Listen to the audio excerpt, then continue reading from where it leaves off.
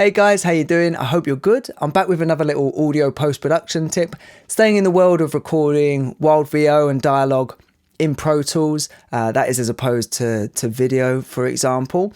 And the tips that I want to show you today and bits in Pro Tools are to help keep a session moving along, make sure that you're not missing anything, and to help you not break the flow of the session when you're doing edits and renaming files, as much as is possible anyway. And there's a few elements to it. The first one I'm going to talk about is insertion follows playhead, which is a button up here on the top left. You can click it on and off there, or you can toggle that on and off with N. N is the shortcut for that. So I'll talk quickly about what insertion follows playhead off works like.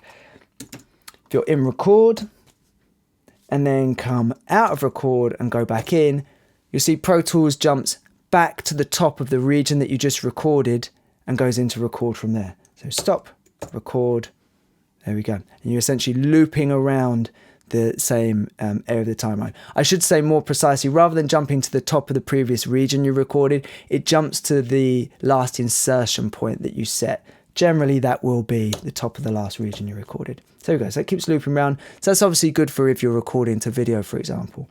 But for the workflow we're talking about today, we're recording wild VO or dialogue. So we want insertion follows playhead on. Click it there, toggle it like that.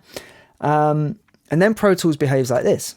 When you're in record, come out, go back in. It starts recording immediately after the last region you just recorded. You'll see the insertion point jumps to there. So out of record, in, and so it just keeps on recording down the timeline and you end up with successive regions each time you come out and back in to record. So this works for game dialogue, for example, and you're doing, like I was talking about before, an A, B, C read on each line. So new region, you have to give their A read, drop a marker. They give their B read, drop a marker. They give a C read, drop a marker. 0 to come out, record. 3 to go back in. It's very quick. You can essentially always be recording, always getting everything. And the reason I make a point about dropping a marker each time is because it contributes to the workflow that I'm going to talk about. You can just trust the process and build your muscle memory so that while recording, you hear an A read, you drop a marker. You hear the B read, you drop a marker. You hear the C read, you drop a marker. It's on to the next line, 0, 3. That's the muscle memory. Keep that going round. You have to be a bit flexible sometimes, but that's the basics of it. And you can just trust that down the timeline, Pro Tools is doing what you would expect it to. I don't have Pro Tools scrolling to follow the playhead. I trust that when I do those things, Pro Tools is doing what I expect it to. So that is 0, 3, new region, A read, marker, B read, marker, C read, marker, next line, 0, 3. And then my other little tip is to jump to where we just were. This is a little thing that I use.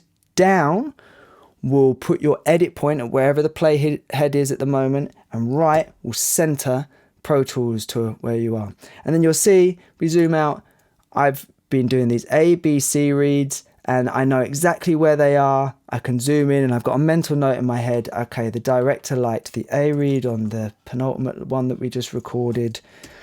And I know that they liked the C read on this one, the last one we recorded, etc., etc. And if you have all of that going, it means that you can be back here finessing edits that you've done quickly earlier on just for the sake of playback, or labeling files, and all the while know that you're still recording everything that's going on. You've got markers so you know where to find the lines that need dropping, and you've got a region for each take of a line, so it's easy to navigate with the director or just for yourself. And that is essentially it. That's the workflow. There's one little thing which is a potential gotcha that I want to highlight, and that's relating to this guy up here, which is link timeline and edit selection. You can generally get away with keeping it on, and it does kind of help, because what that means is if you come out of record and click somewhere in the timeline, that's where Pro Tools is going to play from the next time you press play, which is useful for, you know, oh, we just want to jump back and listen to that line. Oh, which line was it? This one here. Okay, click on it, press play, and it's going to play from there. If you have that off, Pro Tools doesn't work like that. You can click wherever you want, and Pro Tools is still going to play from where the playhead is, where the playhead last was. Now, the reason, though, that you might want that off is if you're recording down here. See, I just clicked down the timeline. It didn't jump there because I had that off. So put that on. We're recording from here.